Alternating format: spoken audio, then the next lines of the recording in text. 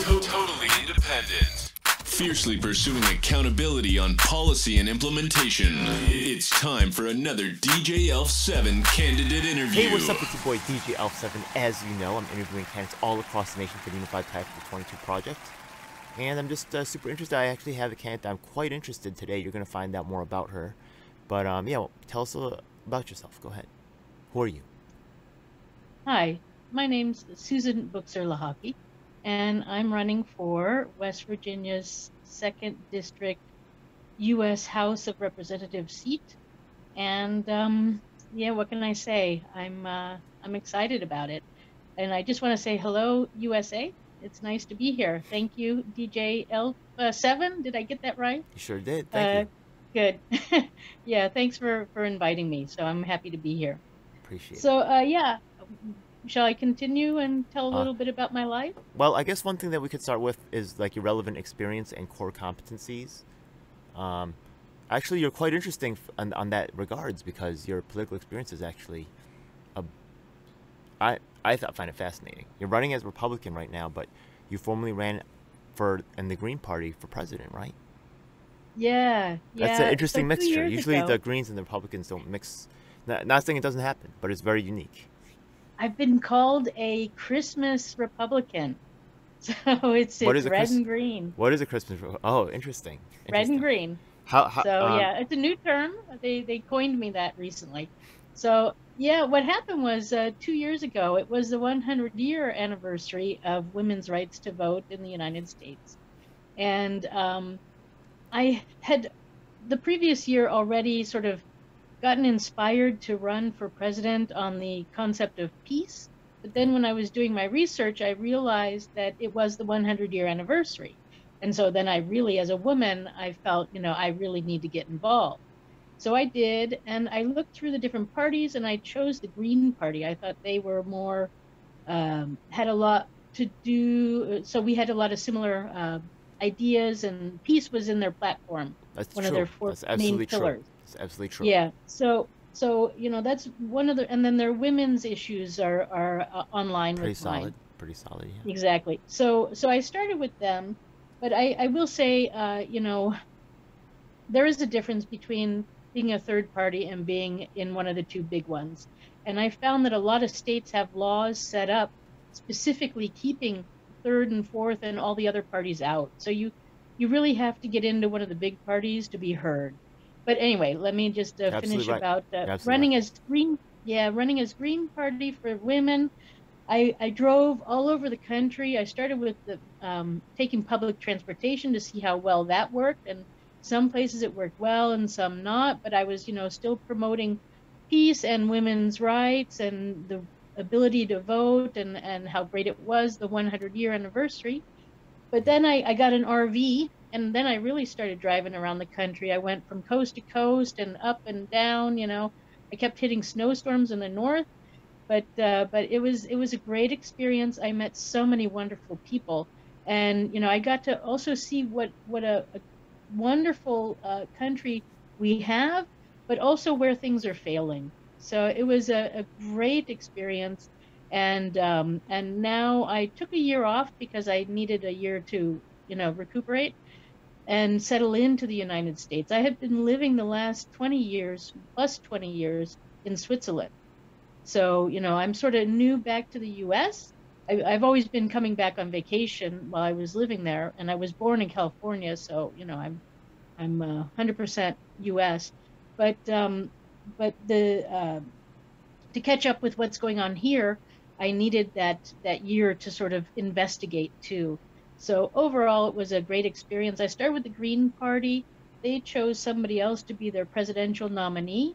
Right. And so then I had to, I wanted to continue because so many women dropped out or weren't going for the presidency in the 100-year anniversary of women's rights to vote. So I thought, well, I have to keep going. So I went on as a write-in. And sadly, I was not written in enough to win. But, it was a great experience. And now I'm coming back from West Virginia. And I'm trying for a House of Representatives seat. Yeah, House of Representatives is actually the smart move. District. and running in one of the major parties does give you access. I don't know about locally. A lot of times, being in a, I don't know if it's really the control of West Virginia right now for your representative seat. Is it usually Republican control or Democrat control? I think it's Republican. Well, Pretty we heavily have a couple Republican, of right? Yeah. issues here. Something's gone on. West Virginia keeps losing seats in the House. Our population has dwindled over Right. the last, I don't know, Yeah, I'm going to redistricting as say well. 20, 30 years, yes. Yeah. And we lost yet another one. So now we're going from 3 seats down to 2. And, you know, this is, I'm up against 2 incumbents, actually.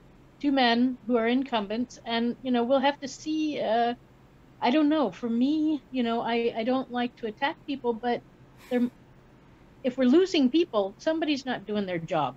That's all I can say. Yeah. So, you know, I'm hoping to bring some fresh air in here and maybe point us in a new direction. That's my Okay. hope. So it sounds like you've been around. You had the RV. That sounds like the most amazing experience, right? Do you have any other like types of like competencies in terms of like governance, managing things like that, activism, advocacy work? Yeah, well, I've sat on many executive boards. I'm a member of the American Women's Club in Zurich. Okay. And I used to be their vice president of events, and then I was also through that I'm a member of the FAUCO, which is the Federation of American Women's Clubs Overseas. So, Okay. and then I'm also a Unitarian Universalist, and I was in a congregation in Switzerland in Basel. And when I got there, they I felt that you know, a lot of people were exhausted from trying to keeping it going, and a lot of the burden was landing on the shoulders of just a few. So I decided I would help out, and people liked what I was doing, and they decided to make me president of it. So for 2 years, I was also president of my religious organization, the Unitarian Universalist. Cool. And you know, I'm involved in art groups and international groups. I used to be in the Zurich International Women's Association. I used to run a day camp for them called English Around the World, where we brought Swiss kids in to practice their English, because nowadays in Switzerland, when kids are in the 2nd grade, they start learning English as their first foreign language. Okay. And yeah, so, you know, that sort of, it helped the kids to come in and have a cultural experience, to be around English. So English immersion camp. So yeah, and that's just one of many things that I've done. A lot of my stuff, because I've been a stay-at-home mom for a long time, are revolve around motherhood and bringing moms and kids and people together, you know. Yeah. You know, this is actually just a specific question for West Virginia. Usually so much when we hear West Virginia, we hear about coal mines nonstop. Do you have any particular thoughts or ideas about what's going on with that whole situation? Well, you know, I've really been thinking about that because coal is a big industry here. Apparently, we send a lot of our coal to the Ukraine, ironically. So that's kind of an interesting thought. Why we're sending it there? Doesn't the Ukraine have their own coal? But anyways, coal is a mixed blessing sort of thing, because it does give jobs. But on the other hand, with modern technology, people have been losing more and more jobs. So there's a lot of unemployment, a lot of people being displaced. And like I said, we've had a lot of people leave the state. So I don't know if coal is the answer anymore here. I think we need to start moving anyways to a cleaner energy. We can train people to do other things. You know, like one thing would be really great, since gas prices are so high. I think apparently I Googled this recently. There is a way to turn gas engines from vehicles into hybrid vehicles. Okay. So maybe we should look into doing that so that our gasoline goes further, you know? So we need to train some people to do the conversions, and then let's start converting our vehicles so that we don't have gas guzzlers anymore. Okay, it's cool to hear that you have some interesting ideas. Now I want to hear about there's sometimes when I ask people what they're most proud of, they'll say like my kids, and like that's cool, but not that your kids aren't interesting, right? Yeah, I did see that you had a daughter who had disabilities, so that's good to know that you are sensitive. That's also a community that I work with, by the way. I'll be addressing their issues in a moment, but really the competence I'm looking at something that's more related towards right your House of Representatives, something that'll be relevant towards governance. So what out of all the competence that you have, right? Maybe if there's a couple, that's fine, but which relevant accomplishment are you most proud of achieving? Well, I'm going to have to stop you there. We are going to talk about my daughter Okay, that's cool. because she had leukemia twice. Yeah. And that meant, a lot of coming together as a family unit and working at this problem and getting her through it. Yeah. And, keeping all of us mentally happy. It's not easy to have a child with cancer. And, it was challenging. You cannot let the child know you're upset. So you as an adult have to always be prepared and always be happy. Cannot let your child know that this is a bad thing. So no, I learned a lot. It's one of my greatest achievements. And she is alive today. She's 20 years old and doing really well. She so much enjoyed her time at the hospitals. She spent about 6 years going in and out of hospitals of her childhood, before she was 10. And the experience was not a bad one for her, so much so that she decided to go into the apprenticeship program to become a nurse. Cool. And now, and even a pediatric nurse, because she wanted to work with the children to help the children know that it's not so scary. And so obviously, between me, my husband, and the family members, we all did a great job. And there was a lot of crisis moments where we had to be on ready for anything that happened. And so, no, I think, and I think having children is one of the best trainings you can have to become a leader, because children need leadership. They need somebody to look up to. And so I noticed in some of your interviews, you tend to play that down, but it's actually one of the most important things we can do. And it's one of the most important ways of learning how to be a leader. I understand that. Maybe I am playing it down a little bit, right? We'll get to some of the other things surrounding that, my particular issue on that, but right now I'm going to focus on my political partners. I have a bunch of partners that I work with. I want to put their issues first. So the first thing I'm going to ask about is, do you know, would you support the freedom of Julian Assange? No. No, that's fine. No, because he's in jail for something else at this point, actually. And actually, I think he's, I don't agree with these people who release top secret stuff. That's fair. That's fair. So, no, he's not an American, so I can't say he's a traitor. He's Australian, that's correct. Right. So, I think, he was in it for the money. He was in it to make a name for himself, and he did. Could be. He did. Could be. Okay, so, that's I'm tired of these sort of people who are out for glory. There's something to be said for that, for real. Yeah, I do feel like there's some problematic people around that movement, but that's true for all the movements, right? No one, there's no real purity here, so it just happens. But it's good to get your straightforward. Appreciate that. Let's move on to UBI, Universal Basic Income. Would that be a policy that you would support? Well, having lived in Switzerland, where people get paid very well there, the government puts in certain levels that are necessary and restrictions. So one thing the government does there to make sure that Swiss people, the citizens, have the best quality of life, because that's what a government's supposed to do, worry about their citizens, right? When somebody goes to apply for a job there, they have to, the employer has to offer that job to at least minimum 3 Swiss people first, before they can offer it to a foreigner, which I think is good, because then if it's a really good job, it will go to a citizen of the country. I agree. There's way too much outsourcing. I agree with that. Appreciate that. Yeah. So, and I think that might be a problem here in the U.S. We seem to give some of our best jobs to people from foreign lands, which I'm I have nothing wrong. You know, I don't. I A lot of I've lived all telemarketing over the too. world. How many times do you I call don't the have phone any. service and they're from India or Philippines? I ask them on the Yeah, phone. I'm like, "Are you from India?" Like right there, like right away. yeah, 90% of the time, that's what yeah. it is.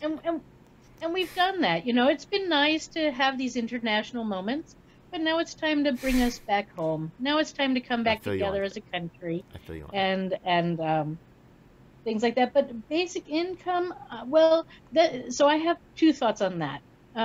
First off, uh, we with women's liberation, we forgot something. We forgot paying women to be mothers. And I think that's the biggest problem. This my concept could fix a lot of the issues that we have in the United States right now. And apparently in other countries, women are paid to be mothers, and even fathers are paid to be fathers.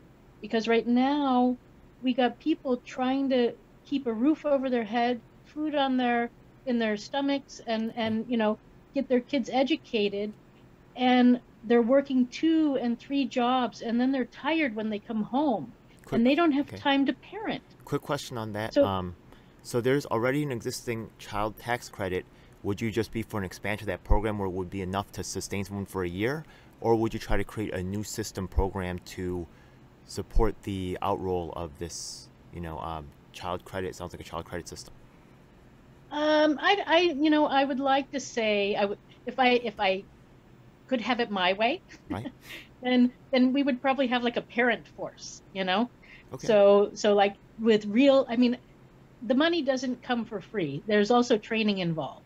And there's going to be regular classes to help people along with, how to handle different situations and stuff like that. But I think right now we're doing parenting as a hobby, Okay. especially mothering as a hobby, and it's Okay. not working. Yeah. Some people are able to do it, but the majority are not. It's only at this point a stay-at-home mom is only for the wealthy, and this is just it's not acceptable. We tried it this way, it didn't work. We're seeing the results, so we have to change our ways. But I would say we give a salary with benefits and everything, no vouchers, just a salary. Now, I know a lot of people would be up in arms about this, but the most womanly thing a woman can do is get pregnant, birth the child, and raise it, right? That's pretty much very womanly sort of things. I Makes know we're sense to me. not supposed to say these things in today's world, but come on, it's true. Because the other opposite is the most manly thing men do is defend. They defend themselves, they defend their family, and they defend their country, right? Okay. So then we pay men to defend, don't we? Do we pay Okay. women to have babies and raise them? No. Okay. That's the some people, they say like they're having the kids so that they could get the extra WIC money or the welfare benefit, right? Some people are, You know but how much you it's get? not that much. Yeah, it's not that much. Yeah. It's poverty. But So people, there's a yeah, claim. okay. There's a claim out there, right? There's a claim. Pe- But people want to live I'm not on really. poverty. Yeah, I don't I'm think not so. really hyped for that particular that particular way of thinking myself. But I'm aware of Yeah. that response. Okay, Yeah. that's cool. So UBI would be something that you could fall under, right? It sounds like it's a separate, right? That would be a dedicated occupation in itself, right? Mothering, right? Or Exactly. It would be parenting, an occupation. right? But what Mhm. about UBI? What about Universal Basic Income itself? Well, I think if we introduce this, we probably don't need the UBI. I think then it would Well, even things out a bit. But we could still consider I think we implement this mothering and parenting aspect, fathering, and then let's see what happens if we need the UBI. But we could, I don't I my thing is what works in New York and California doesn't work in West Virginia. that's true. And That's true. and so, we're a big country. We got lots of different parts. So as far as federal government goes, we can only do so much. The states have to pick it up. If I could point just a couple points where some communities that might, right, the homeless community might be able to use UBI, right? Yeah, definitely yeah. that's a group that I work with. Mhm. We also have the community of going to be the people with disabilities, may be able to Hmm. benefit from a UBI program. So while you're right, you know what I mean, mothers should be taking it, but there's definitely communities that could definitely benefit from something like that. Also, anything else really? No, it's Well, okay. I for mean, the the parenting thing homeless, makes sense to me. I mean, you know, go the ahead. homeless and the people with disabilities, I mean, so in the United States currently, we have something called an apprenticeship program, but we are Okay. not utilizing Oh, I it saw that. Yeah, in with a the way that education. it could. Yeah, I And like that. so many people after like 14 years old, they don't have patience to sit and read and learn anymore in that way. They need to start doing. And then there are people I who agree. are slower, who need that help to get started. And then Mm-hmm. there are people who are in trouble, maybe from drugs or whatever, and they need help out of that too. So apprenticeship program, I cannot stress it enough. I like It that. it it's a solution. It's a great way to get people into small businesses, helping out small businesses. So yeah, I think we need to refocus. Not everybody has to go to university. I think maybe, 20-30% of the people can go to university, and the rest should just do apprenticeships and learn a trade and then work their way up that way. Okay. Because, it yeah, to trap children into a classroom who need to be physical and out moving, in construction or Right. in sports or I don't know what. But, I just think yeah, we need to rethink our education system a little bit. I will be asking more about education later. I'm very excited to hear about that, right? Especially with your parent perspective. I will be delving more into that later. But just to really lock down your position in UBI, it sounded like you have a plan in place, which I appreciate is taking care of one part of the community, which is nothing wrong with that. Would you be maybe able to support UBI, or is that something you can't support this time? I think I would have to see the proposals for it, That's but fair. yeah, I That's smart. I Yeah, that's am fair. not against it, Okay, appreciate that. and Okay. yeah, but I don't think that one, like I said, I don't think what works in California and New York works in West Virginia or other parts of the country. So we do have to leave some flexibility for the states to decide for themselves how they want to run things. Yeah, because one of the things is that because of my work with the homeless community, right? Like, not saying that there aren't reasons for this that make sense to me as well, but like I'm around the homeless shelters and things like that, and the thing is that I do right. I think maybe separating the sexes in the shelters is probably a good idea, right? But the thing is that women um, definitely get like priority as in terms of like like getting housing and stuff like that. Not saying that they shouldn't, but like us dudes, like we're on the last, like we're in the right, in terms of the homeless community, so we know that we're the last to get it. So it's not always like Yeah. it doesn't always feel fair 100%. And also when you magnify it at like thousands of scales, right? Like the whole Section 9 program, which is called public housing, if you go to the shelter, they'll say only women with kids are getting in, only, right? Yeah, and that's 100,000 apartments right there. That's specifically so. But I'm actually quite excited to. We'll talk more about the feminist movement as well too, because I'm actually quite interested to learn more about. And it sounds like you're quite knowledgeable about it. And actually, they're really underappreciated. They have a lot of good writings. I'm going to find out more about that. But let me just finish all the questions for my Well, partners first. Okay, I'm sorry. Go ahead. Go ahead. well, I want to agree with you that Okay. I think, men and boys have been left behind. I think it's time to Sometimes. also focus a little bit on men and boys. Absolutely. Appreciate that. Okay. So the next question is for my people with disabilities, right? Now the thing is that right now people with disabilities are allowed to be paid sub minimum wage. Now the thing is that we know that they may have lower productivity, but maybe we can make that with federal subsidies or something. When we look at minimum wage, it's so close to poverty. Would you be willing to support at least minimum wage for people with disabilities? Well, I think that no one should be living on a poverty level wherever they are. Appreciate that. Um, Minimum wage from a federal standpoint is, again, what works in California and New York is one number. What works in the middle of the country is a different number. That's So true. we got to let the states decide for themselves what they want to do. Don't the states But have some say actually in the minimum wage already though? I thought this minimum wage is state a controlled. lot of states have their own minimum wage, yes. Okay. What my understanding is people with disabilities can also apply for certain grants from the government too, and they get additional money um, to support them on a monthly basis. So if your state is not offering that, then you need to look into that yourselves. But I know that some states offer money for disabilities, whether it's dyslexia or a really physical handicap, so there's money out there. Hey, just You got to find it. for the other people that have been in your situation, I heard your story earlier about your daughter with leukemia, and congratulations on going through that.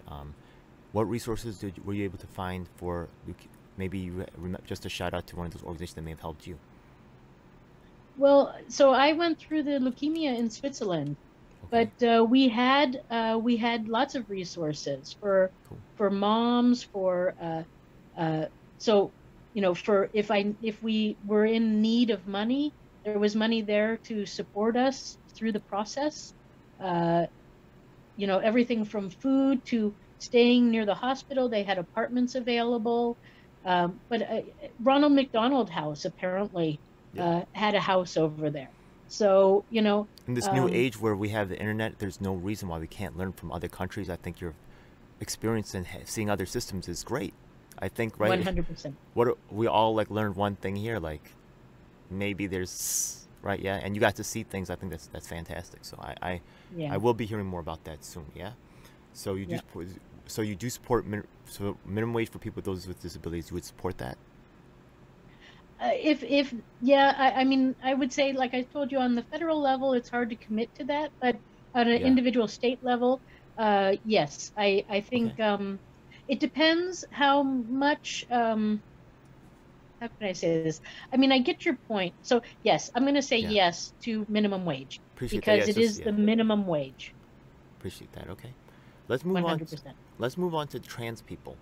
People, who have. So the thing is that they face discrimination in their lives, and I get it. Not saying that I approve of the discrimination that they face, right? But they face discrimination, and they may find themselves without a job. They may find themselves poor, destitute, and it makes sense. And they might require public housing. Now the thing is that we might see, for example, that 10% of people moving applying for public housing are trans, and only 2% of the people in public housing are actually trans. When we ask them what's going on, they say they face discrimination. There's no law saying you can discriminate against trans people, but the fact of the matter is that there may be some discrepancy about what's actually going on there. What could you do, right, if you're the House of Representatives member, if you're a congressperson, to help these people get fair, access to public resources such as public housing? Well, what can I say?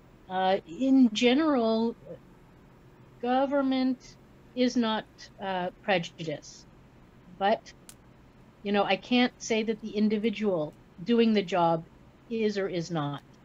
And there's always that risk. It's unfortunate if what you say is correct, which it sounds like it is. Is that happening all over the country, or is that only a New York thing, or, I don't know.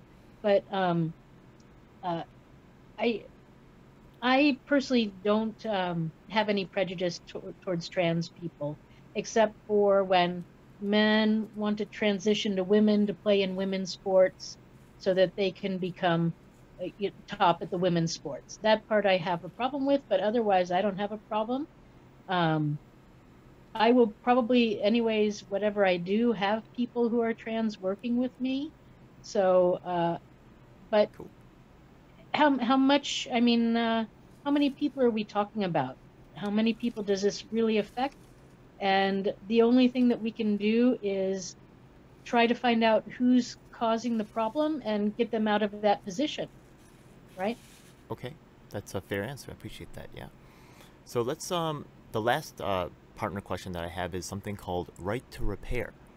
Now the thing is that I don't know if you're familiar with this topic, but people, companies are starting to have exclusive contracts to service equipment, which then they say they can't fix it, and you have to buy a new piece of equipment, right? Even though it's proven that they can fix it, they just don't want to. And it's part of like inbuilt cost, I guess. Would you support the right to repair? So right to repair means that just because your provider, sort of your warranty person, says we could fix it, but it's better to just buy a new one. That's what you're saying? Okay. So It, okay, that's I okay. guess I'm not a. Okay, so for example, right, probably there's there's a bunch of famous examples. Okay, so if you go to a McDonald's, right, you notice how like the ice cream machine never works, right? You see that, right? Mm-hmm.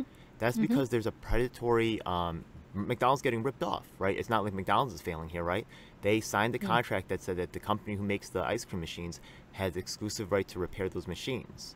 Now, every time they break, they're charging like 10 G's. They're like, no, no, we're not doing that. And they break real quick too. But they thought they had a Right. chance to cash in.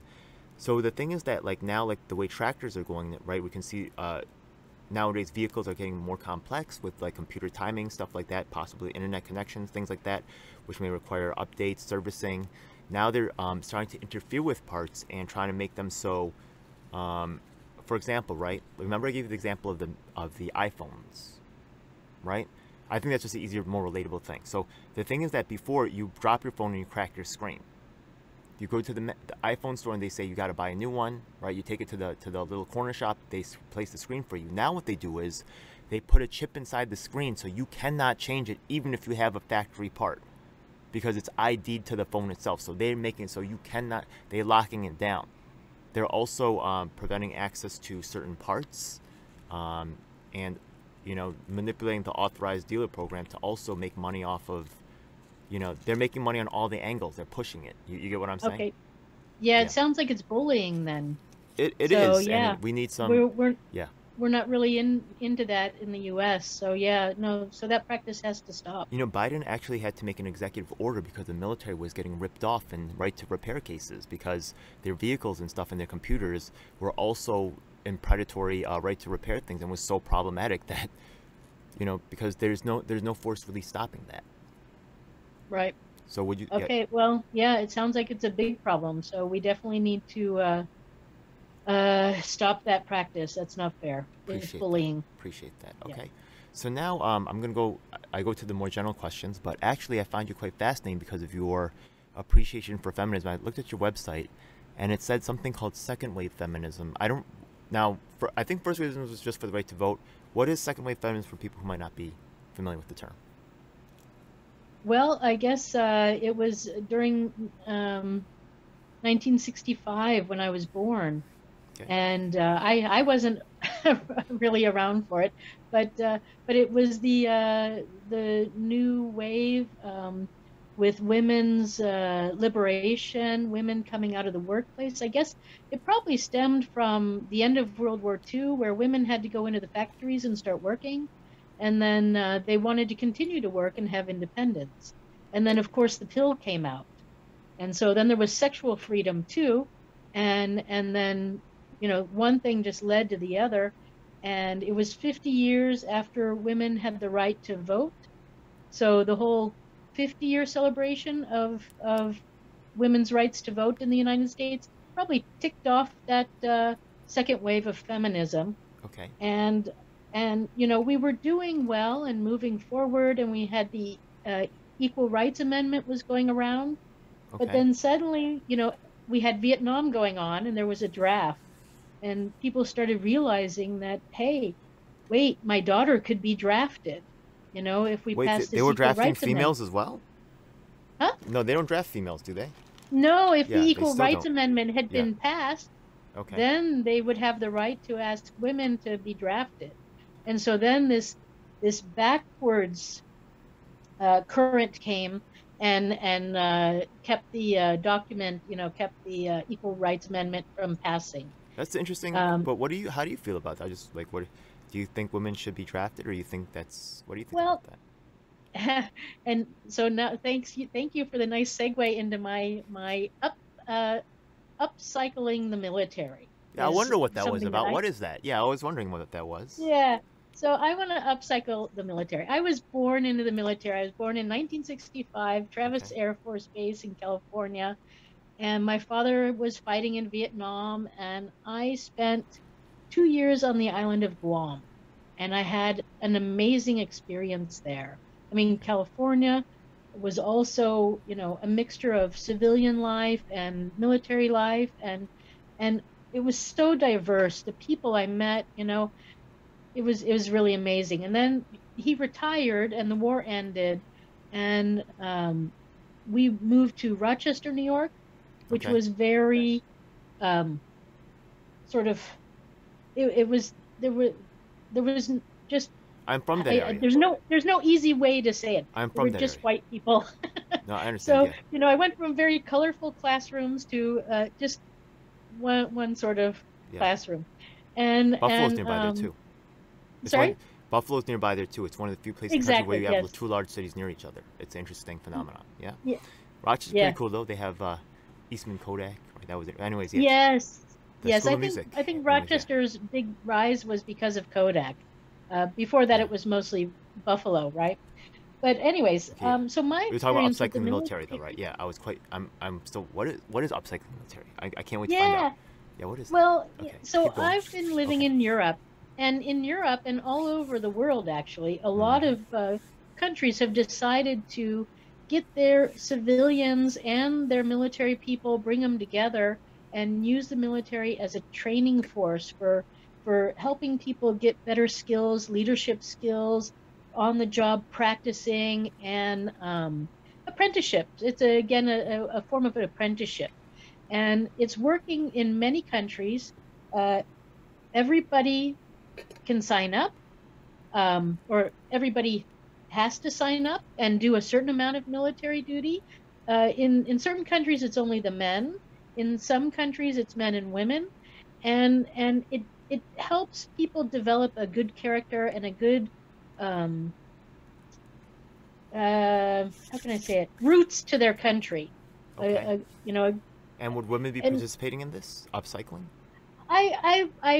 yes, but see, I want to expand it a little bit where it's in the military, in our military, anyways. It sounds like a good opportunity, honestly. It Sounds is a like great something that you opportunity. would not want to shut women out of, because they That's have right. It sounds like the New Deal plus, because New Deal was giving them jobs, but this is like the idea is to like give them trade jobs and to train them as well. So it's like am I right? Absolutely. Okay. Cool. Yes. So what it is, the military has the military, right? The fighting part, Yeah. or the defense part. I want us to move more to a defensive strategy than maybe, trying to police the world. And then the other part of that is there's also medical, there's also agricultural, there's also construction. And so there's a place for everybody. So doing military duty doesn't mean just learning how to use weapons. It means learning how to be a part of a community working towards something, and it means developing your skills in the direction that you want to go. So I would recommend that a lot of people go into the nursing and the medical field, caregiving. Okay. We can get people out into the old folks' homes and working with disability people. All sorts of, there's so many possibilities, and it's Sure. already there, ready to go in the military. That's true. Okay. Yeah. So actually, I was actually talking about the women's movement and the second wave feminism, right? So I got some idea of what that is, right? I appreciate you for sharing that. Now, by the way, I do actually follow probably Malcolm X and Martin Luther King, but I know actually the women's suffrage movement had many great writers. Probably should be reading some more of them. This is just, I don't usually do this my things, but I just find it fascinating that you've like been more into this. What are some writers that I should look into, or some of the more because I want to look at because I remember there were some good books that I read from women's activist movement people, but then it kind of like it faded. I remember there was one about like people who get like removed from movements and how you shouldn't do that because then they're just going to turn to the worst form of whatever you're accusing them of. I don't know if you'll remember that particular passage from right, but there was some real activists that did real work. And do you have like a favorite women's activist or something like that? Well, of course, Susan B. Anthony. She's famous. She's also from Rochester, New York. Cool. And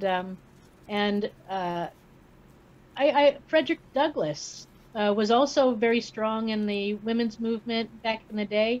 But of course, when he had the opportunity to get freedoms for Black people, for voting rights and things like that, he separated from the women's movement. And then there's, I don't know all their names. There's somebody named Mott. Can't remember her first name. Okay. And, there's this wonderful Black woman too. Oh, I can't believe I'm forgetting her name. It's okay. She said, ain't I a woman, is like one of her famous speeches that she gave. Okay. I'm drawing a blank on her name. but she's an amazing woman. Um, I'm a student of the yeah, game, so I do know that women activists were a real thing, and the women's suffrage movement was a successful movement. And props to them on things like that. Yeah, it's pretty cool. yes, All right, yep. so I'm going to go on to some of the more general ideas here that just cover like your positions on different topics that are related towards national stuff, I guess you could say. So one of the biggest issues I think is like the wealth gap, right? They say the rich are getting rich, the poor are getting poor. There's a lot of people unhappy about that. What are your plans to maybe address some of that type of thing? Well, I did some research just the other day about that. Apparently, actually, I should say, when I was, there are all these wonderful questionnaires now that one can do online when you're running for political The office. Ballotpedia one, you got that one of those filled out? Yeah, I did that. I did Cool. the Wikipedia or the Ballotopedia, and I did something called One Vote, or Cool. I don't know. I'm going to eventually. I've been busy filling these questionnaires out. I just finished yesterday, so now I can move on to the next part of my campaigning. But soon I'll have all the different names of these questionnaires that I did online. But I probably need still a day or two to upload everything. But anyways, this one question asked about the wealth gap, and that the fact that like 70 years ago, 80 years ago, the wealthy were taxed at 90% of their wealth to help supplement, to help the wealth gap. And so, I was surprised to see that here in this country, in the United States, they were taxed so much. So, I guess for me, that meant, well, we could go higher with taxes. We could go a lot higher because right now the wealthier are what? They're about at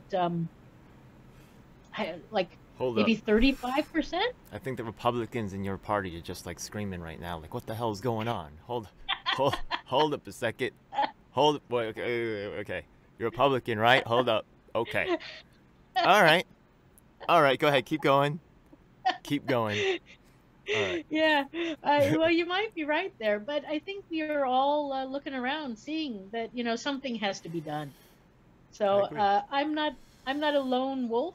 We all got to work together. And I think But that there it are was Republicans that interesting. are actually quite actually sympathetic because actually the redistribution and the unfairness is something that they definitely address, and the fact that the rich people are not getting taxed right versus the poor people getting taxed. I think that the 90% tax is something that they would freak about, but I do agree that they have to pay at least their fair share, and they're not. Yeah, Right? Yeah. well, I'm not saying 90% is what we're going to do, and it's Yeah, not but my that's just something that policy, was right. But but the history it says it that was once it was done. there actually. Yeah. So Yeah, I appreciate that. yeah, Yeah. Some people will read it. They hear right. the word taxes and their eyes get real big. Anyways, Yeah, yeah. Let's go to the yeah. Okay, so the wealth gap. So taxing, right? Are there any other plans you have to try to address the wealth gap issue? Well, I was considering no tax for people who earn under $100,000 Hell yeah, I like because that. and that also goes with local and state taxes too, because those people are still paying taxes when you go to the gas station, when you go to buy groceries.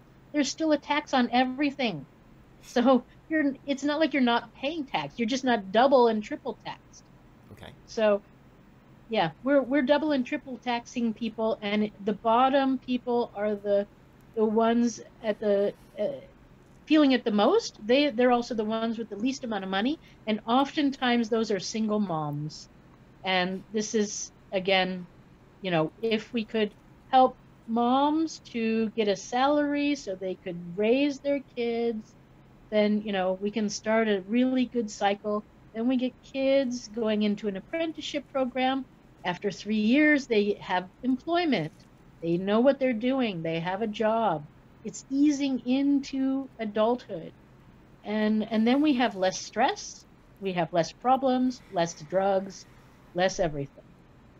I appreciate that. Yeah, that's pretty Yeah. solid. Okay, let's move. Okay, so there's a lot of federal programs on spending, such as like Social Security, Medicare, welfare. What are your thoughts on right these types? I guess you could call entitlements, right? What are your thoughts on these programs? Reform, or I don't know, anything? Well, one thing I don't understand, and I mean, I have to admit, I'm going to pull out my Switzerland card. I've been living in Switzerland for the last 20 plus years. So I don't know exactly what's going on here, but it seems a little silly if we're paying people, if we're giving these entitlements, and then we're taxing them too. So again, I don't think that if we give people money, we shouldn't tax it also. I mean, that's just, it doesn't sound Bureaucratic waste. exactly. I mean, that's one of the things I want to streamline our government a little bit. We got so much waste and so much red tape and so much everything's being handed back and forth. It's a zoo, you know, or circus. It's a circus. Okay. So Medicare welfare, you just pretty much continue as is, or any changes? Social Security? Yeah, I think Medicare and I think that's working fine. We need a basic affordable health care because I spent enough time in my life in the United States without health care because it was too expensive. So I'm grateful for that. And then Social Security, the problem is we are very top heavy right now. We're not having enough kids, so we need more babies because we got a lot of old people, and the old people they need money to live on, so we can't do that. The weird thing is for some reason, the Social Security system or the tax only tax the wealthy up to a certain point, and then their percentage stops. So one solution would be to charge the wealthy, the top 1%, whatever, more Social Security wise to fill that gap in to get more money into Social That Security. makes sense. That makes sense to me. Yeah, it does. I don't know why that's in existence the way it is, but you know, we only inherit the world the way it is, and then we have to figure out how we want to leave it or how we want to live in it, you know? Okay. And so yeah, but I think welfare, if my hope is that if we implement some of my other ideas, we can get rid of these entitlements because people will be working. There won't be a need for welfare. People will be in their communities involved. And so, you know, if my thoughts can become reality, I think we might have a lot of solutions for some of our big issues. Pretty But cool. for right now, Okay. I think they should stay. I think we shouldn't do a thing. That makes sense. Okay. Let's move on to the idea of, we look at the medical system, right? Where first of all we have this COVID thing, which is talked about to death already, but there's still that. Then there's also, right, we're spending a lot of money and we're not getting very good results amongst developed nations, right? Despite having #1 in spending, we're like last in results. So what's your ideas on medical reform?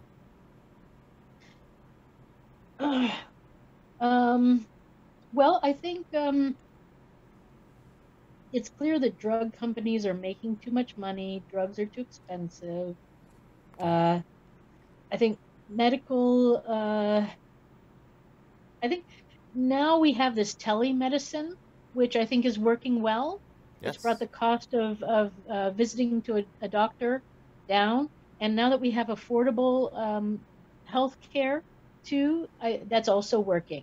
So I think we're moving in the right direction, but we still have a lot of people earning, how can I say it? Probably charging too much for their services. Absolutely. Absolutely. So, I know about that real well. I have significant time in the medical industry. okay. Yeah, I could tell you about all the dirty dirt. Okay. You want to hear a story right now? I'll tell you one if you want.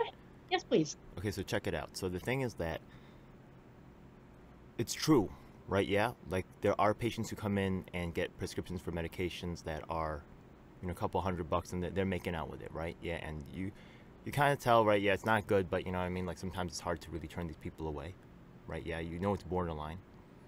So, not saying that's good, right? Yeah. I have seen a pain patient outside the office, right? Walking normally, like, I was like, oh, it's not good, right?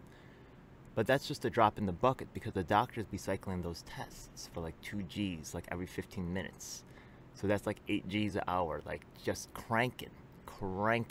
You know what I mean? So if you only ask the doctors and the managers, right, like what's wrong with the system, they're not going to talk about that part. You get what I mean? So Hmm. you got to be real, like, skeptical and watching what's going on. Anyways, yeah, Yes. so, yeah. That's Yeah. why it's so Well, expensive. It's ridiculous. yeah. Well, one of my thoughts really is, you know, I can go a long time without needing a doctor, and I can go a long time without needing a dentist, but I can't go a long time without a garbage man. That's true. So why do we pay people who pick up our garbage that we need done always, maybe so little in comparison to how much we pay a doctor? Actually, I can I talk think. about, relate to the apprentice program because I do have, like, a relationship with labor. So the thing is that sometimes, even for trade jobs, there will be, like, licensing, right? Like maybe a federal licensing. So sometimes the test is Mhm. difficult. We just have to memorize certain random information, like what year law was passed or something like that. They make it difficult to artificially make the field smaller. The AMA right now, spending in this country on medical alternative medicine versus traditional medicine is equal. People are already voting with their dollars to go outside of the traditional medical system, and also we're talking about telemedicine. That's absolutely true, right? That could bring in care from Canada, from other countries. Mhm. That could significantly affect this. The medical system is on a huge bubble. They're ready to go. Mhm. Exactly. So I think we need to rethink, just because somebody can pass a test doesn't mean that they deserve a better salary than somebody who can, you know, lift something heavy. Yeah, Uh, we have multiple intelligences. Not one intelligence is better than the other. And we need to start realizing that everybody has a right to a reasonable lifestyle and a reasonable salary. Again, it goes back to your, what is it, UBI, right? yeah, Universal basic income. So we need to start realizing that a garbage man is quite possibly the most important job, you know, yeah, more so than a medical doctor. Sorry. yeah. Some apprenticeships, like for like electricians, some electricians will teach you good and really teach you what's going on. Some of them are just gonna like make you move all the pails. You know what I mean? So there's Hmm. variance there. But we Yeah. run Well, the programs. We've greed seen thing, successful greed is programs. not good. Yeah, And that's what we got. We got a lot of people who are greedy, who are just trying to take advantage. And, I mean, I can't tell you how much junk mail I get all the time, spam and all sorts of stuff. yeah. Just people trying to trick you into giving them money. And it's disgusting. This, I Oh can tell well. you, Yeah. yeah, I never saw the level of this. In Switzerland, we have like 1% of what you get in the United States. It's nothing in The Switzerland, pressure to but make that money. Yeah. yeah. What about okay? So what about environmental? I'm sorry. Let me finish on the medical though. So what? I'm sorry. The COVID mandates. I'm sure that's a popular topic right now. What's your thought on that? You mean following the rules and wearing masks and stuff? I think right. Well, yeah. Well, the mask could be right, but really the vaccine mandate, right? Like, are you going to force people to get the vaccine? Would you be for that? No, but uh, I think certain people do have to have it. Like in the Okay. cancer departments, when people are getting treatments, Yeah, they they're are their immunocompromised. immune system exactly. So Immunocompromised. Yeah. every precaution has to be taken. So I think if you're working in that Right. field, you have to. That's fair. But outside of that, you don't have to. But I will say that the employer has the choice. If they say you got to do it, then you got to do it or you're out. It Hmm. doesn't mean, it's not from the government, Okay. it's from the employer, because that's freedom, right? The employer has the right, it's their company. Well, it's good to They know can your make their position. own. People have different choices, but it's good to know where you stand, right? I'm sure people want to know. Yeah. So thank you for that. Let's move on to education reform. We'll probably get to parenting right after this. We could do that separately, or we could do it. I know it's probably somewhat tied into this. But education reform, once again, just like the medical system, we're spending a lot of money on education. We're getting pretty poor results. It's like a scam Yes. within a scam with those books. It, What's your yeah. thoughts on education reform? Well, I think one of the biggest problems are these charter schools. They came in and they stole public funds from the public schools. Okay. Now, I just was I'm coming from Switzerland, who has their their public school system is so great you don't need private schools. You know, Okay. the kids are taught in a good way, and they're asked to learn things, you Hey, know, quick even the question. slowest ones. Quick question, Hmm? because I know you're like into this whole like child rearing and stuff like that, right? So some schools have like Montessori style. Some of them have like, more of a like more traditional right style. Does Switzerland also provide a variety, or is it like the state system is like? Well, I'm just interested, right?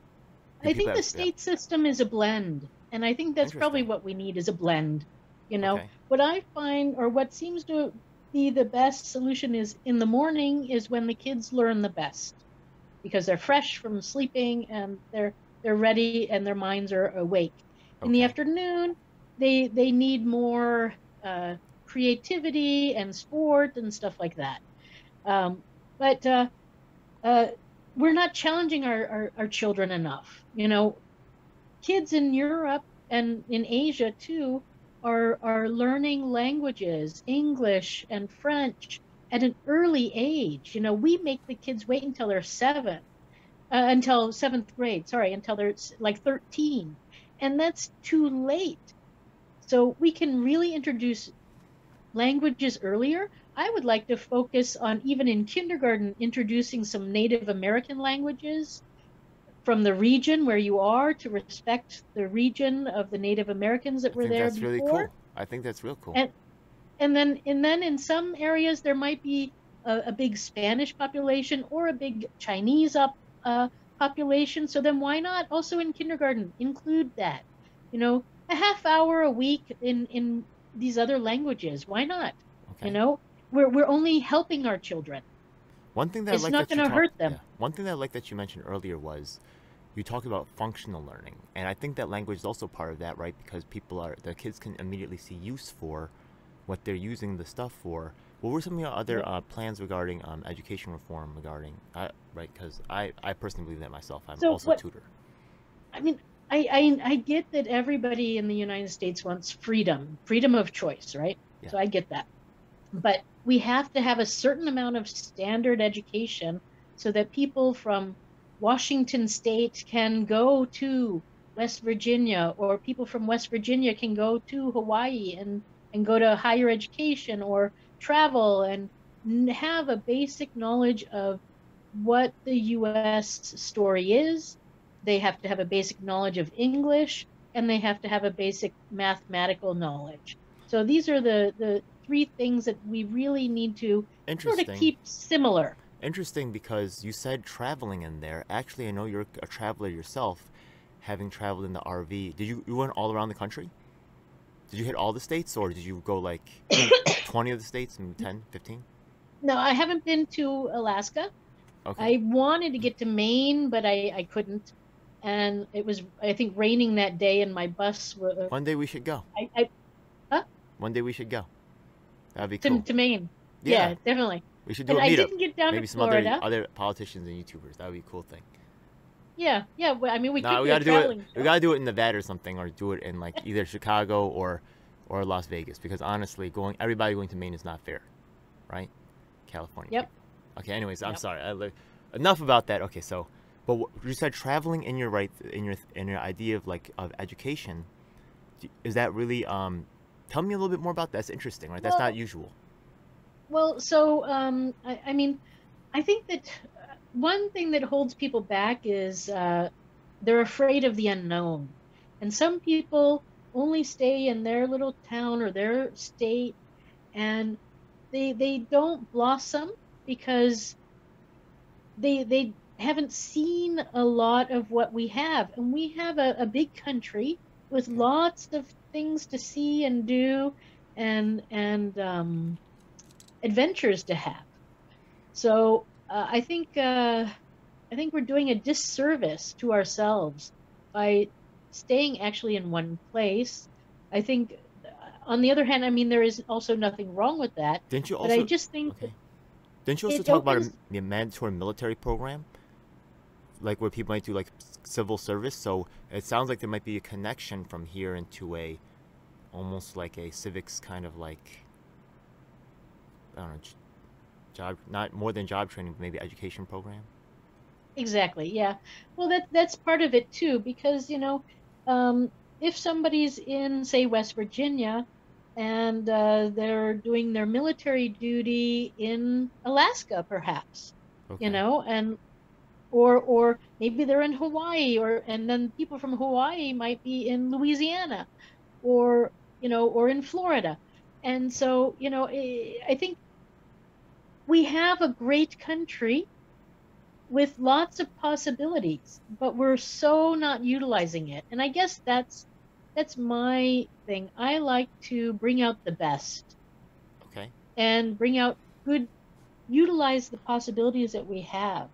And this is one place where we could really expand our world horizon, our U.S. horizon, and get a better understanding of our country and the people in it, and meet new people, make new connections, Yeah. and just enjoy it.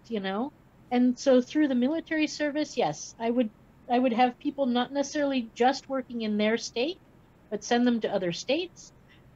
With the apprenticeship program, we might think about that, but the kids will be too young. So maybe there's like a secondary apprenticeship program Okay. where you can go later in your 20s.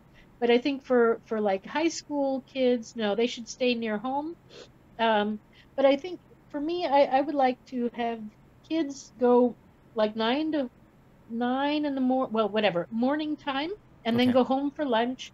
And then they can go to their charter school, or they can go to their well, actually, in my book, there's no charter school. The charter schools need to decide if they're public schools or if they're private schools. But there's no more of this taking public money for a private school experience. I don't like them. Okay.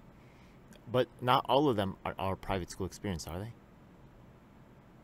Well, they get public money to pretend like they're a public school, but then they get money from the parents too, right? So then it's a Hmm. private school. Some of them.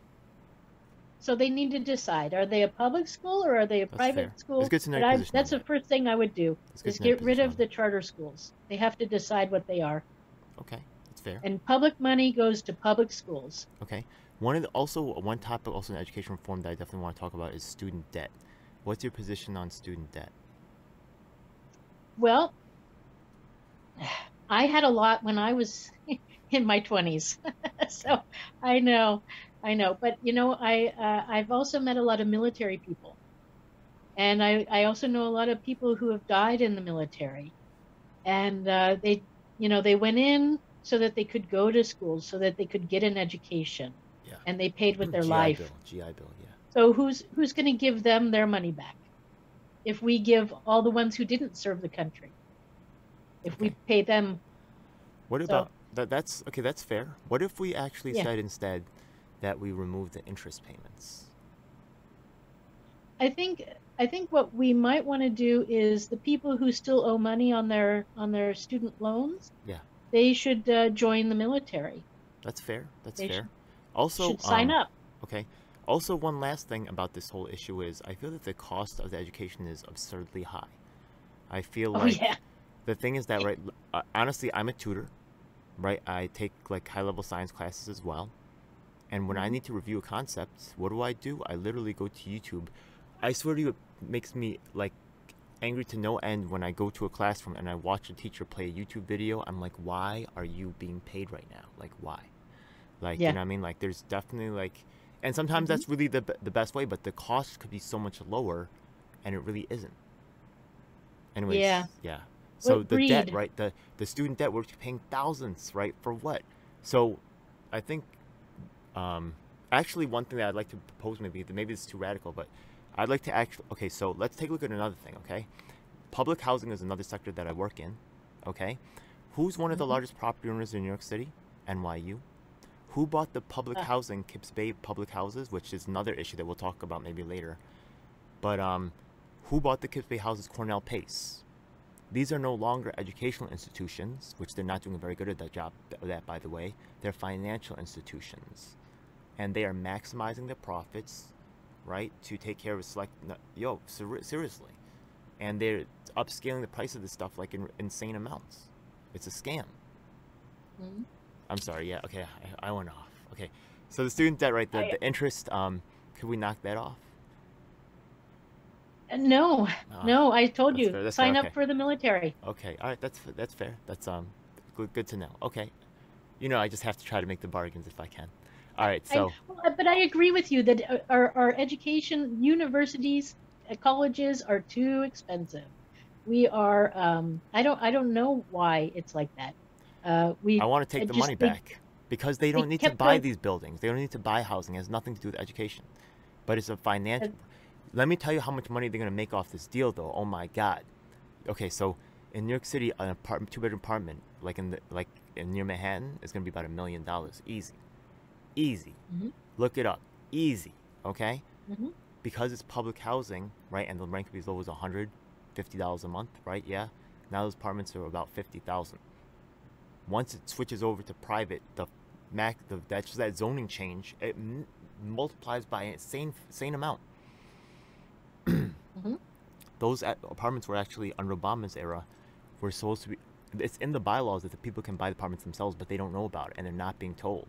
Specifically because the companies are keeping it on the hush and buying out all the TV stations, everything, because so much money is involved in this huge. So as in terms of like these schools, right? That's how much money they're gonna make when these properties flip. How much and why are we giving them tax money? All these schools are getting loan. What are they, right? Just take all that stuff back, right? When we bail out these companies, it should be a buyout, right? Those CEOs, fire them right now if they screw up. Why are people being rewarded for failure? It's the dumbest thing I've ever heard in my life, right? Yep. Amazing. Okay, anyways. Yeah. Well, I think we have way too many colleges and universities. So maybe by sending people through the apprenticeship program, I agree. where they don't need to go there anymore, then we'll start seeing some of those colleges and universities, the unnecessary ones, will start closing I love down. that idea. People, instead of thinking, right, yeah, and looking at the problem, that's science, observation, right, yeah? Instead of observing the problem, they just had a mantra that they just recited, go to college. That's right. Wrong. Okay, wrong answer. Okay. That's right. I like your solution, right? You got to take a more measured approach, intelligent approach. Okay, so let's go to the do like the animals too. So what about the environmental reform, right? Yeah. Wait, what's your thoughts on environmental reform? Well, environmental. Oh wait, I'm so sorry. I'm so sorry. I told you after education we talk about parenting. I'm so sorry. Did you did you want to talk about parenting? You seemed to have some particular. Yeah, well, I think I already said it though, didn't I? With mother's pay and father's pay, and with that comes training. So I think we have a lot of single moms out there and some single dads. But and how much I would want that to pay say look like? that it's above poverty level for sure. I mean, what happens is one of the times. What time in your life do you spend the most money is when you want to start a family, because you got to get a place, right? Okay. And then you got to buy all sorts of equipment for a new baby, and then you have all the pills that you got to take, and then for women, our bodies change, so we have to buy constantly new clothing because we don't fit into what we fit into last week. And so, there's just lots of expenses, and then the child gets here, and then there's a lot more expenses. So look, I am like sympathetic for people that are normal, right? Yeah, but what happens when you have like Octomom out here, like Nadia Suleiman, having like 8 kids? One time. Oh, so it's really okay. So it's really. I mean, why not? I mean, not everybody's 2 kids, having. I'm not mad at that. Like I don't want to. Yeah, maybe there should be a limit, right? 2, 3 kids or something. I wouldn't just one. I don't know. Not everybody's having 8 kids. And we live in the United States where we our thing is freedom. So we cannot restrict people on the amount of children they have. We need children to continue. But the way it's going, we're having less and less children, I believe, if my understanding is correct. And this is a problem. So we have plenty of space for everybody. We're not overcrowded whatsoever. And so it's time to start bringing back family. We need families. And for me, families can be a gay couple, two men, two women, trans people. I don't, love is the important thing. Love between two people, and somebody declares themselves the stay-at-home person, somebody declares themselves the part-time at-home person, and then they're the unit, they're the family, and we support that. And Okay. so that's sort of my concept. Now, I don't have it fully thought out. I'm open to suggestion. So, please contact me and let me know what you think. If I've stirred some thoughts in your mind, send me an email and let me know. Absolutely. You know, if people are getting money to be parents, right? Um, do they have like certain like what happens if they're doing a bad job as parents? Well, there will be, so training, like I said, and licenses will be handed out.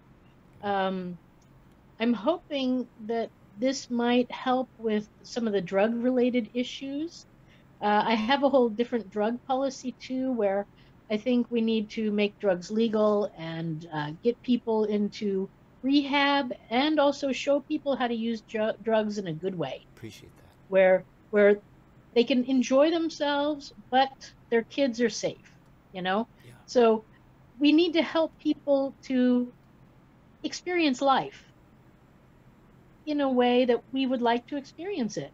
Some people like drugs, some people don't, but it doesn't mean that they should be illegal. I think drugs should be legal. I think we need to show people how to use them, and let people enjoy life. Appreciate But that. yes, children are there. Okay. And so, we can provide babysitting while people are maybe doing a drug that takes a couple of hours to happen, you Okay. know? That's a good. So Yeah. yeah, That's a good. there's so many possibilities. We are only looking at a little piece of the pie when we need to look at the whole big picture. Okay. So I think one of the powers of unified platform is the ability to, right, have ratify that document, right? And I think the proposals that are most likely to pass are the ones that will appeal to a very broad range of people. So I think that maybe with your experience with the parenting and the family stuff and also the women's stuff, I think that you could come up with some really solid proposals. And one thing's so like actually we were just talking about the drug program, so it's a good segue to criminal justice reform. And Michelle Lewis from North Carolina had, right, it's not like she came with the idea originally, but she suggested the idea of ending qualified immunity. Do you know what that means, ending qualified immunity? Okay. Mm-hmm. So the fact, right, I will make sure that she gets credit for bringing that to the platform if you have, right, your own, right, just because you're the one who brought it to the platform as a participating candidate. I can't wait to hear more about the women's issues because honestly, there's probably some real common sense stuff that people are missing that a bipartisan group would easily pass that we could agree on, right? Yeah. Yeah. Well, I mean, my main so feminist issue right now is the mothers, because we really forgot that. We've got jobs now where CEOs and all sorts of things. We've got a vice president who's a female.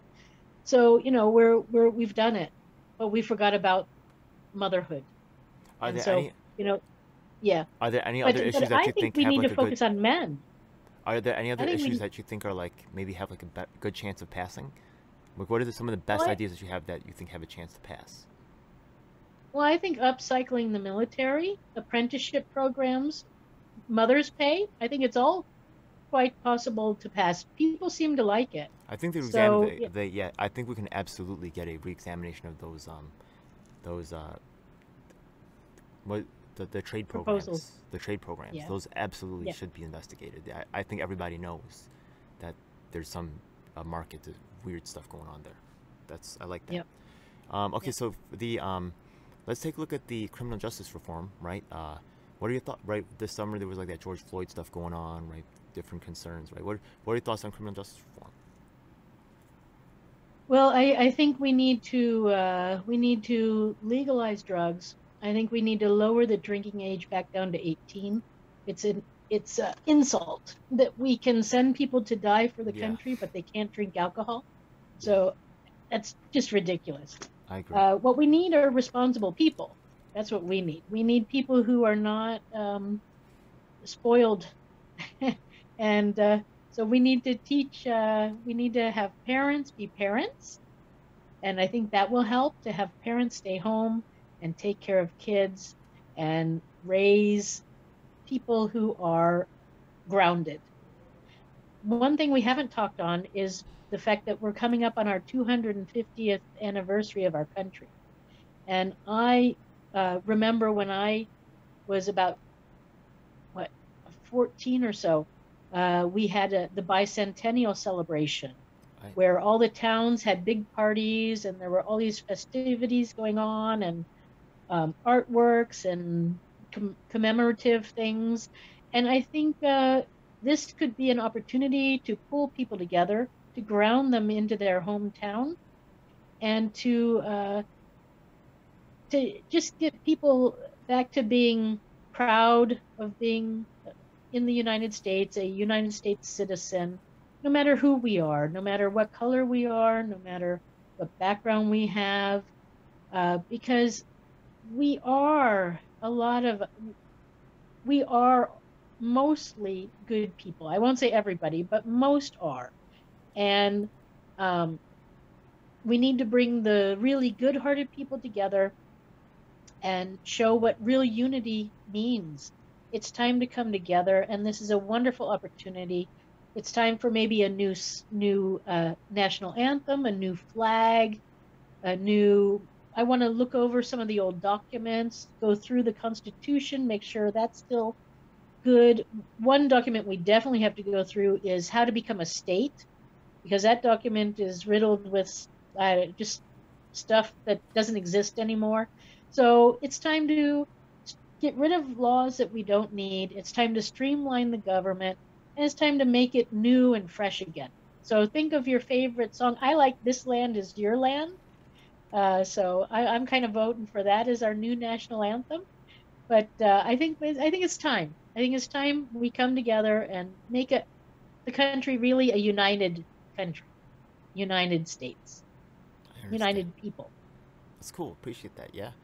Yeah, the Star Spangled Banner with the rockets and stuff. It's a little military, right? But exactly. Right, it's time to move away from that. I could see that. Right. I'm not against that. That's yeah. Not the.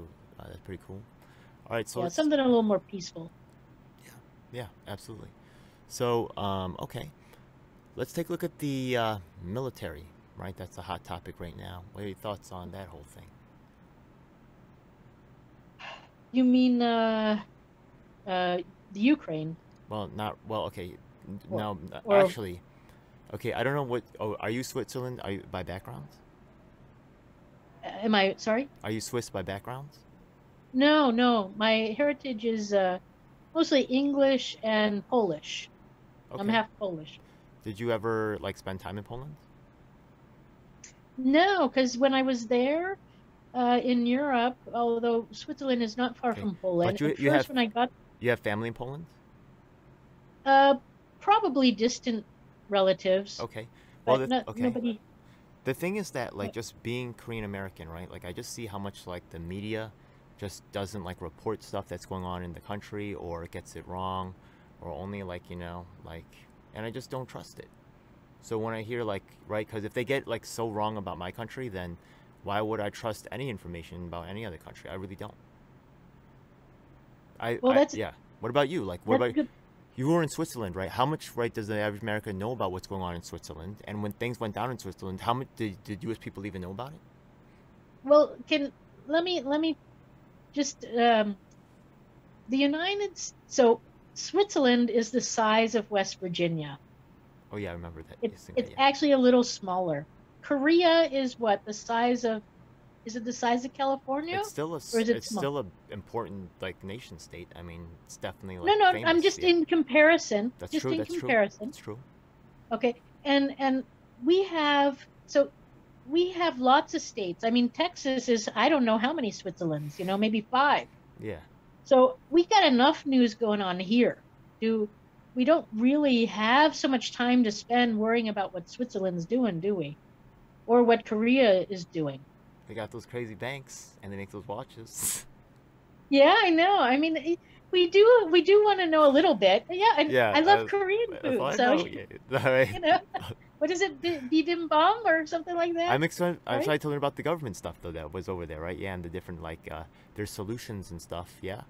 Well, the trick is with Switzerland, it's actually they handle some of our ambassador and oh, the word's not coming to. But anyways, if you want to go to Iran, you have to go through the Swiss embassy as a U.S. citizen. So they're sort of like they're not quite a U.S. state or a territory, but they work very closely with Some us. relationships. I Yeah. do, Okay.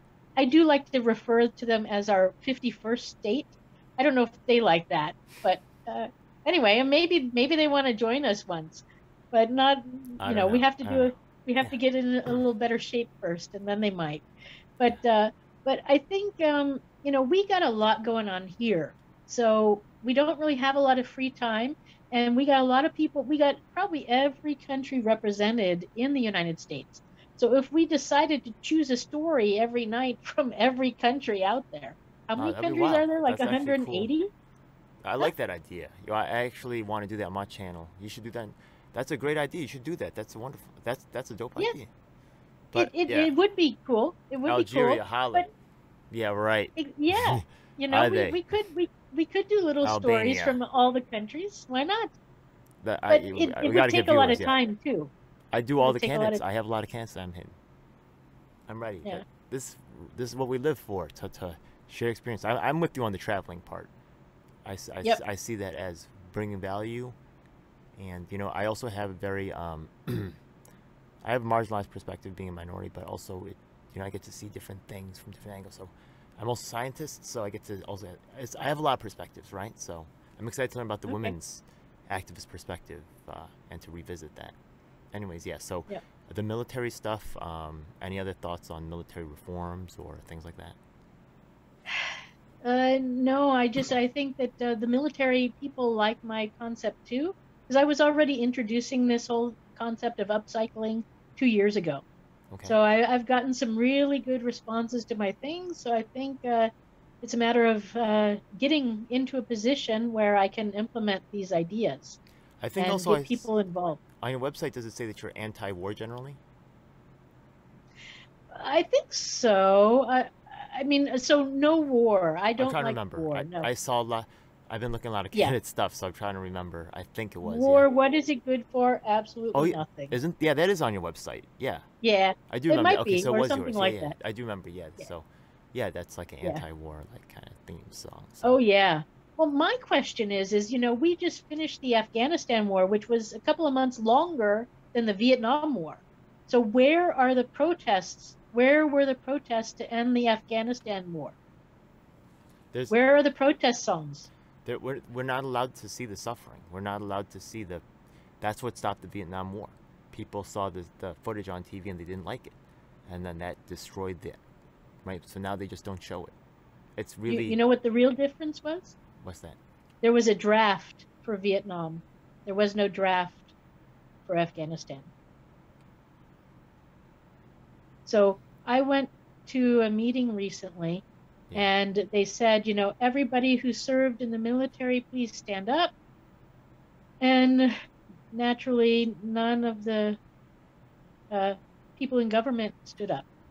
It was only the people in the not so, you know, good seats, for the lack of a better way of putting Good it. thing that you noticed that. Appreciate that. So, yeah, and they didn't ask for any of the children of people who served in the military to stand up.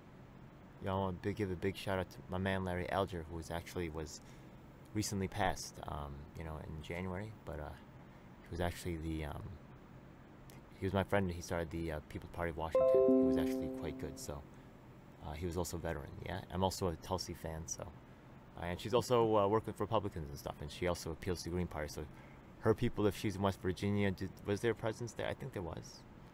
If you're there and watching, check this candidate out. She's pretty cool. Yeah. All right. So yeah. So the military reform. I definitely appreciate your views on that. So now we're getting to. Oh my goodness, how are we getting? We're getting towards the end here. Now I'm going to ask you. This is actually the. Oh, before that one, yeah. Okay, I do have another. Okay, so you could actually help me with this, yeah. And a lot of YouTubers out there. Fact of the matter is that there's internet censorship going on, and the big tech, right? They're controlling the algorithms and they're banning people. And what can you do to help make sure that voices like mine aren't suppressed by out of control corporations that are trying to push you Jimmy Kimmel? Well, I suppose ultimately, there's not much we can do. If the big people don't want you on their platforms, they're going to block you. Okay. So the important thing is to get a good fan base, so that if somehow you'd be blocked, people would stand up for you. So I guess that's one thing. Or start your own social media network, right? And then there's Okay. guaranteed that you're always there. Oh, that's a good point. Okay. So, all right, let's move to the okay, here's a tough question. Uh-oh. Yeah, you ready? Okay, so Ready. a lot of people say they're against corruption. And honestly, this is very personal for me. I mean, straight up, yeah. But then, like, are you talking about it, or are you ready to pull the trigger now on someone or something, right? Yeah, that people just don't know about normally. Because if you're just gonna say like, oh, like, look, Pelosi's eating ice cream, like, we all know about that, yeah. Are you fighting corruption in real life? Are you ready? Do you want to do this? Let's see. Well, I like to think I am, but Okay. yeah, I don't know. But yes, I mean, ultimately corruption is greed, right? And so, if we can level people out to a certain salary so Okay. that people have the things that they want. I think there's this constant pressure to have more and more and more in the United States, when sometimes what you have is enough. So I think if we could help people to learn that what they have is enough, Okay. then maybe there would be less corruption, And remember, less okay, greed. remember earlier, right? During the experience portion, right? You extended some concern about my maybe dismissiveness of, you know, I guess parenting, which really you're right. I was wrong to do that, right? Parenting is its own challenge, and it also brings right knowledge of the system in ways of a very large right part of our population that needs its needs attended to, and they need someone who knows about what's going on there, right? Schools are a huge part of our society. We need knowledge of what's going on. So, but okay, the thing is that being a long-time fighter of corruption, okay, you go to a little league game. What's the incentive to cheat there? Not very high, right? It's just a little league game. But you start putting real stakes on it. If you're going to move millions of dollars worth of planning from one direction to another, there's going to be some real resistance in the way, and there's going to be a lot of games they're playing. And like, just being a 25-year activist, I've seen a lot of people come in, try to get things done, and get railroaded or get pushed into weird ways. And that's why, like, really, I would like to see, right, a little bit more experience, just to know that, you're not going to show up there and all those old-time players run their hustles and scams, right? Yeah, I know you'll be hip to that, you know what I mean? So that's the reason why, not trying to disregard, right, the struggle that you went through was real, and sometimes those are the best ones, right? Someone who just has that honest desire to make a change. That's worth more than anything, really.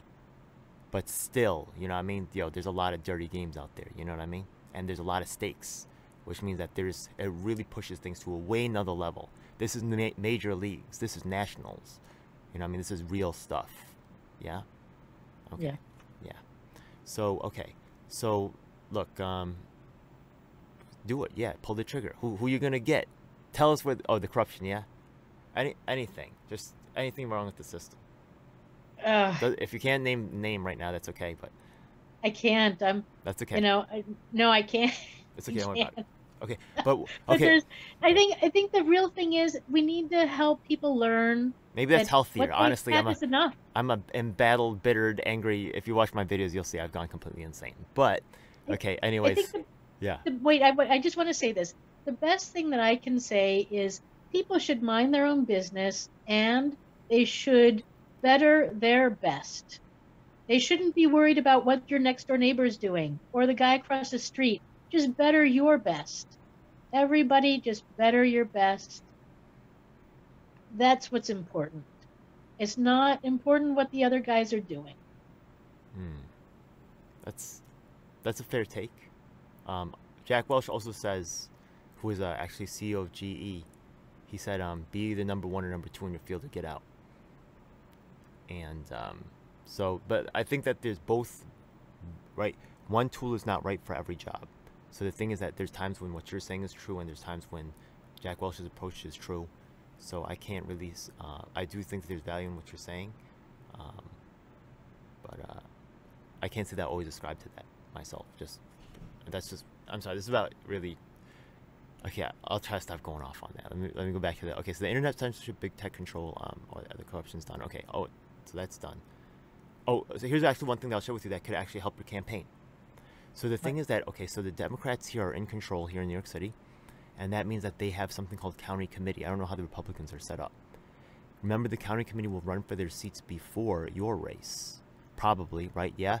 And remember, all those down ballot people are going to be looking for people themselves to vote for them. By connecting with these people, you can find people that are doing what you're doing, right? And they can actually contribute to your campaign.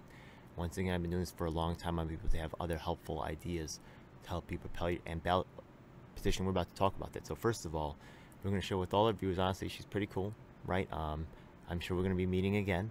What's your contact information? You have a website. You have like Twitter. What you want? I do. I'm on Facebook a lot. I'm on Twitter, Instagram, LinkedIn. I have a page, but I haven't updated it yet. Okay. I've got a website. My website is naturally www.susan, the number 4, and then USA.com. Okay. But I personally, I could run through all the different codes and stuff for my pages, but I'm going to say just go to Google, put my name in, Susan, and I'll spell my last names for you. It's Buchser-Lochocki. So it's Buchs like Susan, ER, hyphen, Lochocki is LOCHOCKI. So if you put that into Google, Susan Buchser-Lochocki, you will find all sorts of things about me. I've got also an art page and all sorts of whatever. You're an author too, right? Out there. You're an author too, right? What? You're an author too, yeah, right? Yeah. I have a book that I published. It's cool. It's in English, but I published it in Switzerland. But yeah, I think so. No, cool. I got lots of pages out there. So have fun looking me up, and hopefully vote for me on May 10th here in West Virginia. And then after that, we'll see what happens. Okay, now that people have your contact information, now that people can go to your website, right? Now let's give them a reason to go there. So what's coming up in the future? You have like any events coming up? Maybe you have like a ballot petition you need help with. What's coming up for you? Well, what's going on is I'm currently sort of a one-woman show, and I'm trying not to be bought, so I'm not taking any corporate money, and so I just finished my questionnaires. I have to update all my computer, all my websites and stuff like that.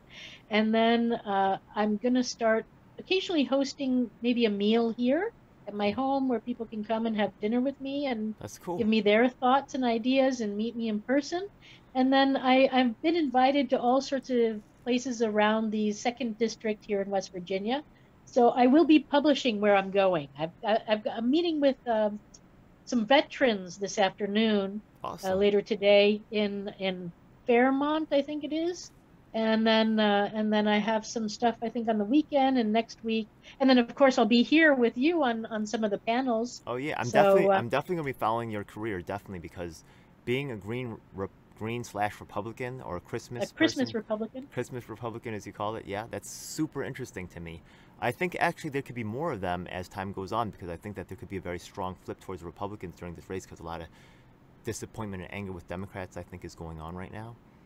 So there could be a lot of flipping, and the fact is that a lot of times Republicans are de facto what is it called, anti-establishment candidates, right? Because the Democrats are holding power, so they just have to run. If they have a choice, you could go Green Party.